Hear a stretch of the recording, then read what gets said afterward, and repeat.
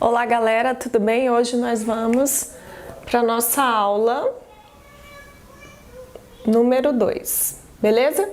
Então o conteúdo que a gente vai ver hoje é um conteúdo novo, então peguem aí o caderno de vocês e comecem a fazer algumas anotações, tá bom?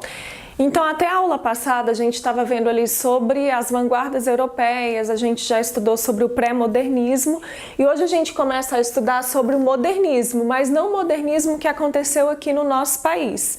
Hoje a gente vai falar bem resumidamente sobre o modernismo que teve início primeiramente lá em Portugal. Então o que foi esse movimento modernista? Lembram de todas as vanguardas que a gente estudou, que cada vanguarda tem um aspecto diferente? Só que mesmo elas tendo um aspecto diferente, o objetivo é único: romper com tudo aquilo que já tinha passado na literatura e trazer algo novo, algo nunca visto, algo inédito e algo muito ousado. Então aqui, esse modernismo ele é um movimento anárquico, um movimento que não tem regras nenhuma, eles não vão seguir nenhum padrão, eles são totalmente irreverentes e contestadores. Então todos os movimentos que perpassam por dentro do modernismo, que são esses que nós veremos aqui, eles têm uma ideia de ruptura com algo que a literatura estava acostumada a viver. Então se a gente relembrar lá das vanguardas, cada uma, cubismo, futurismo, surrealismo, todas elas tinham um objetivo em comum, que era mostrar algo novo para o Brasil, algo novo para o mundo. Então aqui dentro, né, o modernismo, a ideia principal dele é romper com padrões vigentes. Quando eu falo padrões vigentes, até a gente chegar no modernismo, o que tinha muito era o padrão romântico e o padrão simbólico, que é lá do simbolismo. E um pouco também do parnasianismo, né, que era uma escola literária que acontece aqui no meio entre essas duas. Só que esse movimento aqui, ele queria quebrar com todos os padrões. Então se a gente pega lá no parnasianismo, eles tinham aquela ideia de que todo texto deveria ter uma estrutura fixa. Aqui no romantismo eles deveriam falar de paixões, de amor. No simbolismo seriam textos que falariam somente daquela parte obscura, de símbolos, de sonhos, de sentimentos que não eram concretos. Quando a gente chega aqui no modernismo, cada ideia dessa aqui traz um pensamento diferente de quebra de paradigmas. Então, o primeiro movimento que nós temos dentro do modernismo é chamado de orfismo. Orfismo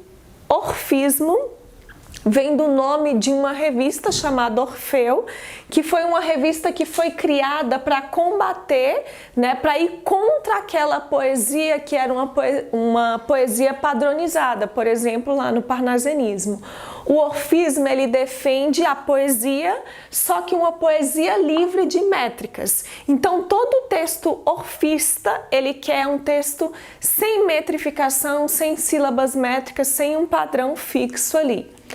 Outro tipo de texto é o presencismo, outro movimento, que vem de uma revista chamada Presença. E quando eu falo de presença, eu me refiro a me colocar dentro do texto.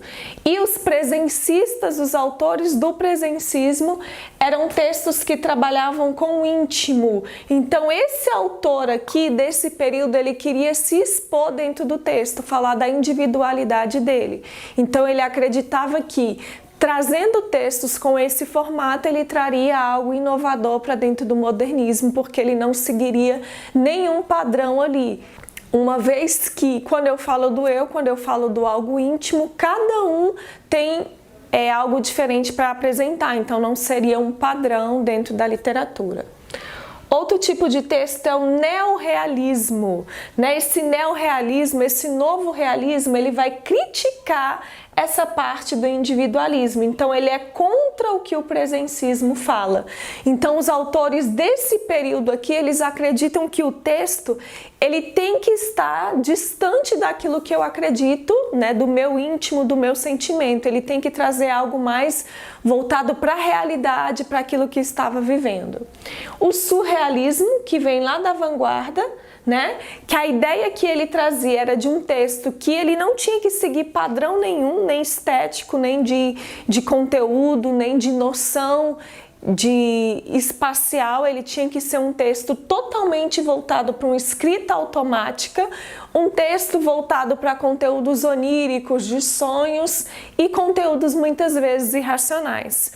Então isso aqui, juntando esses quatro movimentos, eu tenho um resumão bem grande, né, do que foi esse modernismo aqui em Portugal.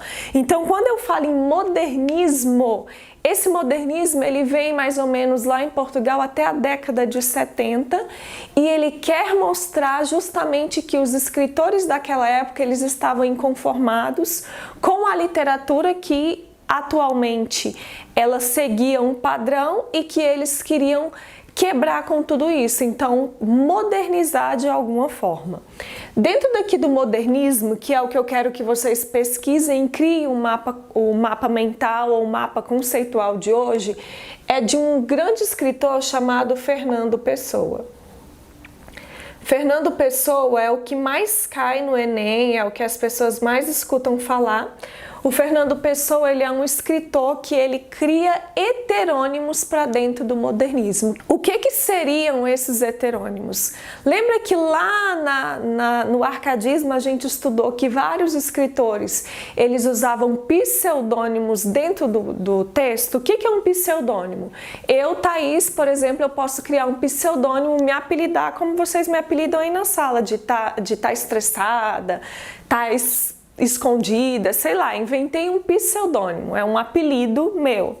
Quando o Fernando Pessoa ele começa a escrever dentro do modernismo, ele não cria pseudônimo, ele cria heterônimo. O que é esse heterônimo? Esse autor aqui, ele cria vários autores e esses autores eles têm um nome próprio. Então, por exemplo, eu, Thaís, inventei um autor que se chama, sei lá, Joaquim da Silva. Esse Joaquim da Silva, eu invento a bibliografia dele, onde ele nasceu, onde ele morreu, o que ele estudou, o que ele fez. E esse meu escritor, que eu acabei de criar aqui, ele vai escrever textos. E esses textos serão assinados por ele, não por mim, Thaís. Então, assim, o Fernando Pessoa fazia. Ele é um autor conhecido no modernismo de Portugal como um escritor plural. Dentro dele a gente encontra vários autores que na verdade são criados por ele, não são autores reais, não são escritores reais, beleza? Isso aqui, né, é um resumo para vocês entenderem qual a proposta, qual o objetivo que o modernismo quer para a nossa literatura, né? E o meu objetivo maior com isso é que, além de vocês conhecerem isso aqui resumidamente, é que vocês pesquisem a história desse homem aqui e anotem aí no seu caderno, veja quais são os heterônimos que ele utiliza, beleza? Então, a atividade de hoje está postada aqui, na próxima aula a gente volta, mas agora falando sobre o modernismo em Portugal, tá bom? Beijos e boa semana!